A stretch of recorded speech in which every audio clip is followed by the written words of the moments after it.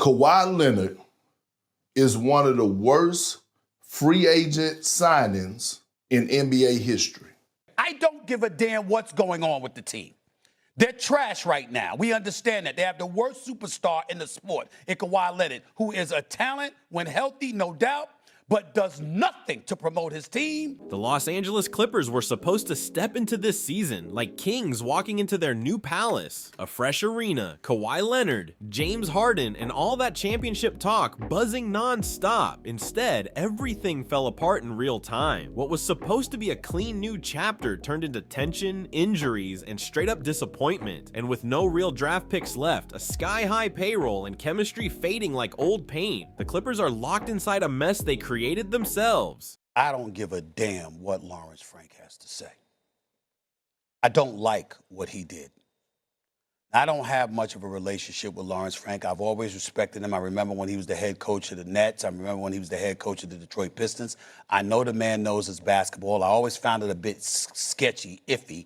How does Doc Rivers bring you in as an assistant and you end up being the president of basketball operations over him before ultimately assisting and letting him go? I always find that to be very, very suspicious. But that's a story for another day. Disappointed in the Clippers organization. Kawhi Leonard messed it all up. All the times they had a chance to make a run, like even the bubble time, Paul George was going through mental health and stuff and whatever. It just been a whole bad run. Like, even before they got Kawhi Leonard, they was in a way better position, though. When they had Shea, Lou, and all them. Now, if you think about it now, if they would have handed the keys over to Shea, shit, where would the Clippers be? Now they're staring at one brutal reality. Trade Kawhi, move Harden, or finally admit the super team dream is completely done. For years, the Clippers dodged this moment, but now they're cornered. And the spotlight is back on Kawhi Leonard, the quiet superstar stuck in a wild salary cap storm that's spiraling out of control. Things got so chaotic, they even shipped out 40-year-old Chris Paul right in the middle of what everybody thought would be his classy farewell tour. And that move shook the whole league. But here's where everything gets even crazier. You can't just toss Kawhi on the market like he's some regular player. On paper, he's still elite. 25.4 points, 5.5 rebounds, and 3 assists on nearly 49% shooting. Those numbers scream franchise star, but when you zoom out and look at the full picture, things get way uglier real quick. The Clippers are sitting at a rough 7-19 record, worse than squads openly trying to lose on purpose. It's confusion mixed with meltdown vibes, and nobody in the locker room seems able to stop the slide. Now, if the front office somehow nails this moment, they could flip Kawhi to a desperate contender willing to gamble everything just to squeeze out whatever prime years he has left. But if they mess this up, the same way they've botched move after move lately, they'll turn right back into the Brooklyn Nets of the West, overpriced, lost, and joked about by everyone watching. And so this is a player that has 3-time All-Star experience. He's a former All-NBA player as well. They see him as a natural, seamless fit at the starting shooting guard position after the trade of Norman Powell. Yeah, it's sort of a clear role that he slots into for the Los Angeles Clippers. It's December 2nd. The Clippers are 5-16. They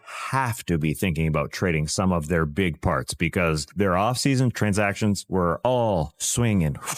I'm just disappointed, to be honest. I can't think of really another word. Obviously shocked at first, but disappointed. I'm disappointed for Chris Paul, but I'm disappointed in the Clippers organization. And all of it, every piece of this roller coaster comes back to one man, Kawhi Anthony Leonard, the quiet storm shaking the whole Clippers organization without even raising his voice. To understand why the Clippers are finally facing reality, you've got to see just how deep this situation goes. This team walked into the year imagining a deep playoff run, maybe even a final shot. On July 18th, they shocked the league by signing 3-time All-Star Bradley Beal, and that moment had everybody buzzing like the West just shifted. Steve Ballmer looked like he was 2 seconds away from breaking into one of his famous over-the-top celebration dances, but the hype didn't even get time to breathe. Disaster hit before Beal could step on the court. Just weeks later, he was ruled out for the entire season with a brutal hip injury, and that one twist completely blew up the Clippers' blueprint before they even had a chance to test it. With Beal gone and the cracks in the roster spreading fast, the whole season nosedived. They scraped together just 6 wins in their first 24 games. A rough 6-18 start, easily one of the ugliest openings in franchise history. At this pace, they're looking at a sad 22-win finish. A nightmare for a team Vegas expected to touch around 50 wins. To put that into perspective, back in Kawhi's best year in Toronto, just having him on the floor boosted the Raptors by a massive 17 wins. And now the Clippers can't even find stability with him leading the charge. They have a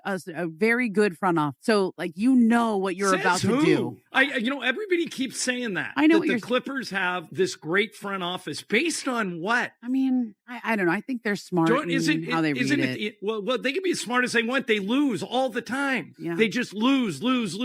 Screw up Blake Griffin. Screw up Chris Paul. Yeah. Screw up everything. You are an apologist for the Clippers. And you're not the only one. Yeah. For whatever reason, the media is in love with that front office because, like you say, they got nice guys over there. Lawrence Frank's a good guy. Lee Jenkins is a good guy. You know what? There are a lot of good guys. They're both, I mean, how can a logical person not say these guys are bad at their jobs? They just are. Well, if they're you're bad going at on their results jobs. this year, I think you have to, like, fan. Kawhi Leonard only gives a damn about Kawhi Leonard. And guess what? It's too late because now he just started, I believe, the first year of a $153 million extension they gave him last year. So his trade value is not there. So now you're stuck with him and you're 5-16 and you're going absolutely nowhere. As far as I'm concerned, if you look back revisionist history, at this point in time right now, you would most likely look at the Clipper trade worse than the Dallas trade for Luka. Right now, even though Kawhi is dropping almost the same numbers he always has, the Clippers look like they got dragged back into those dark pre-Lob City days. Sloppy play, shaky effort, and taking losses from teams that aren't even trying to win. It's wild. They're paying Kawhi around $50 million and James Harden another $40 million, yet this lineup is somehow performing worse than the rebuilding Utah Jazz. Imagine burning superstar money just to get results that look like a team aiming for the draft lottery. And here's the real problem. The Clippers convinced themselves they were playing some genius 5-dimensional chess while everybody else was still piecing together checkers. Their whole master plan was locked on 2027, a long game blueprint built around surviving the Kawhi PG Harden experiment, clearing those giant contracts, outlasting the mountain of draft picks owed to OKC from the Paul George deal, and finally hitting reset when the books were clean. That was the vision. That was supposed to be their big picture win, but now all that long game talk looks like one extremely expensive nightmare. Like the saying goes, everybody thinks they've got it all figured out until life punches them straight in the mouth again and again. And that's exactly what's happening. They're not just losing, they're falling apart in full view. The Chris Paul situation turned into a straight PR disaster, embarrassing a franchise icon during what was supposed to be a respectful farewell stretch. That one move reminded the whole league how out of touch this front office can be, and now their reputation has tanked right back to that old struggling franchise label they spent years trying to escape. To make things even messier, both ownership and their top star are tied to an ongoing investigation that's throwing the entire organization into chaos. The front office is getting roasted everywhere. Sports shows, podcasts, social media. Everybody's calling out their clumsy decisions and the damage they brought on themselves. Reporters like Brian Windhorst and Tim Bontemps are now asking the question the Clippers spent years avoiding. If this era has officially fallen apart, who leaves first? Harden or Kawhi? And here's the tough truth, moving Kawhi is nearly impossible. No team is excited about taking on a massive contract attached to a player who's missed long stretches through multiple seasons. Add in the investigation hanging over everything, and the situation gets even more complicated. Sure, Kawhi still shows flashes, those moments where he turns back into the two-way force everyone respects, but his absolute prime feels like it's slipping further into the past. Now, think about Kawhi Leonard. Think about everything that was going on when he left the Toronto, when he was making the decision after he won the title with the Toronto Raptors. The Lakers was pitching to try to get him. Toronto was doing everything to get him. You had the Clippers, obviously, in the mix. And before he got to the Clippers, he demanded that they bring in another star/superstar, meaning Paul George. The Clippers were begging and pleading for him to say, hey, bro, we got to keep SGA. He didn't want SGA. What did the Clippers do? They shipped SGA to OKC for Paul George with 5 first-round picks. 5 first-round picks at the time. So then you get Kawhi Leonard, by the way, only played 277 games out of 492 since being in the Clipper uniform. 277 games out of 492. They paid him over $300 million. He's been paid over $300 million since being in the Clipper uniform. They were supposed to be looking the Lakers eye to eye, okay? What have you gotten out of Kawhi since he's been in the Clipper uniform? 1 division title. And what makes it worse is that you basically helped out your ops. Then there's the math. And the math is ruthless. Under the NBA's new CBA and strict apron rules, teams aren't risking $50+ million a year on someone whose availability is unpredictable. This isn't the 2019 Kawhi who carried Toronto to a finals MVP. This is 2025 Kawhi, and the conversation has changed from how much would teams give up for him to, is that contract even worth it anymore? Some league execs are already whispering that Kawhi might actually be a negative value deal, and that's saying a lot. There's still talk that Miami could be the best landing spot if the Clippers ever try to move him. The Heat have a reputation for taking players with messy situations and turning them into winning pieces. But with rumors building that Giannis could hit the market in the next free agency cycle, even Miami might pause before pulling the trigger. Even the Heat, a team known for taking on tough projects, might hesitate before going after Leonard right now. And when you look at the situation on paper, moving James Harden should be the easier play. His contract is lighter, he's been healthier, and his game still fits what teams want when they need a one-year scoring jolt or a playoff-ready playmaker. Some insiders even think the Clippers will flip Harden before they even think about touching Kawhi. But don't get it twisted, even that move comes with a whole mess of complications. Between money, timing, and the Clippers' shaky reputation, every decision feels like trying to walk through quicksand. So when you think about where the Clippers are today, you think about Kawhi Leonard and what he had, his comments he said last week, basically saying he need better players around him. Do you think Kawhi Leonard went out and fought to keep Paul George? Hell no. Do you think he went out and said, hey man, y'all don't trade Norman Powell? The man averaged 24 for us last season. Man, y'all need to pay the man. Hell no. At some point, you got to look at your organization and whether OKC is going to get your picks or not. The people who are in charge got to make a culture change from top to bottom. And blowing the whole roster up isn't an option either. Even if the Clippers wanted to start over tomorrow, the ghosts from that massive 2019 Paul George trade are still haunting them non-stop. Because of that deal, the Oklahoma City Thunder own LA's unprotected 2026 first-round pick and control the 2027 pick swap. And to make things even worse, Philadelphia is chilling with the Clippers' unprotected 2028 pick, plus another swap waiting in 2029. That's 4 straight years where the Clippers basically don't control their own future, not even a little bit. They won't truly own another first-round pick until 2030, so if they try to tank right now, all they're doing is handing shiny young prospects straight into the hands of OKC and Philly, wrapped like gifts on a silver platter. A rebuild through the draft, completely off the table, and that's the heart of the nightmare. If the Clippers keep Kawhi and try to compete, they're pouring ridiculous money into a team that looks like a luxury ride with major engine trouble. Shiny, pricey, and still breaking down every other week. But if they trade him and accept the pain of a real reset, they get almost nothing back from the collapse because other teams would walk away with all the rewards. They're stuck in a straight up lose-lose situation. So now the question becomes, what kind of pain do they want to deal with? Put yourself in the GM's chair for a second. Do you double down on Kawhi Leonard, hoping there's still one more deep playoff run in him? One more flash of the killer who averaged 30.5 points per game back in that 2021 postseason?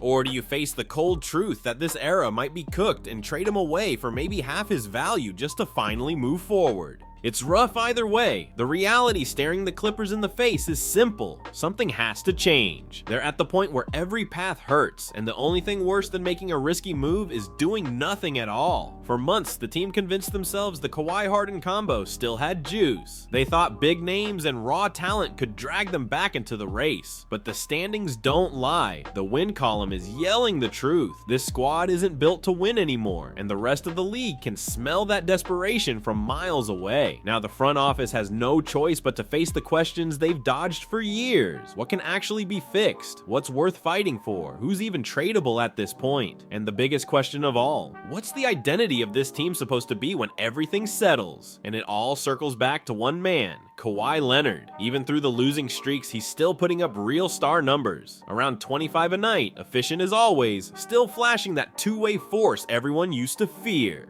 On most teams, stats like that make you a contender. But with this version of the Clippers, it's just not enough. That's why the unthinkable is officially on the table now. The Clippers might have to send their biggest name out the door, even if the return won't come close to what it would have been 5 years ago. Some franchises, especially the desperate ones, might still talk themselves into taking a swing at Kawhi Leonard. And of course, Miami is always the first name people whisper. On paper, the fit looks clean. Heat culture, Eric Spoelstra's no-nonsense system, and that brutal conditioning program that turns veterans into absolute warriors. If anyone could squeeze one last playoff push out of Kawhi's legs, it would be Miami. You can already picture the headlines. The Claw joins the culture. It writes itself. But the Heat have bigger things on their mind right now, especially with all the buzz about Giannis potentially hitting the market soon. Miami isn't making any giant moves until they see how that situation unfolds, and Kawhi isn't at the top of their priority list at this moment. Then there's New York, the mecca of basketball. The franchise always chasing the next superstar to light up Madison Square Garden. The Knicks live for a redemption arc, the kind where a wounded star walks into the Garden looking to revive his career under those legendary lights. And honestly, the pitch sells itself. They've got enough assets to at least make the Clippers pause.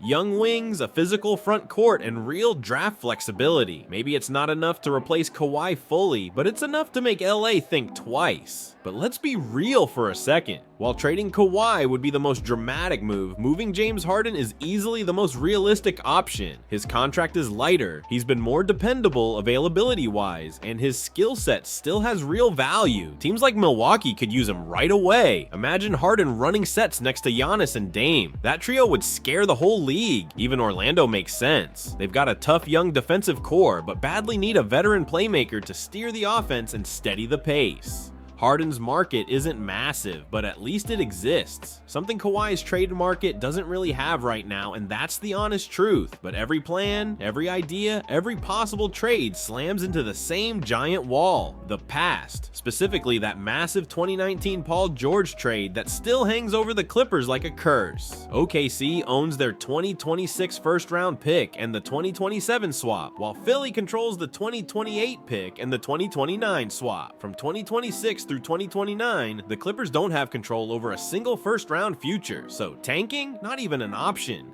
Every loss just hands more power and more talent to OKC and Philly, making a classic rebuild completely impossible. The Clippers are stuck in basketball limbo. Can't tank, can't pretend everything's fine, and can't run from the mess anymore. Every move hurts. The question now is which type of pain they can actually survive. So if they can't hit the tank button and they can't fake being contenders, what's left? There's really only one path forward, the messy middle road. It's not flashy, it won't get headlines, but it might be their best shot at staying afloat. And that means keeping Kawhi, not because they believe he'll magically turn into 2019 Kawhi again, but because trading him now brings almost nothing back. Losing with him might still be better than losing without him, and that's the cold truth the front office has to face.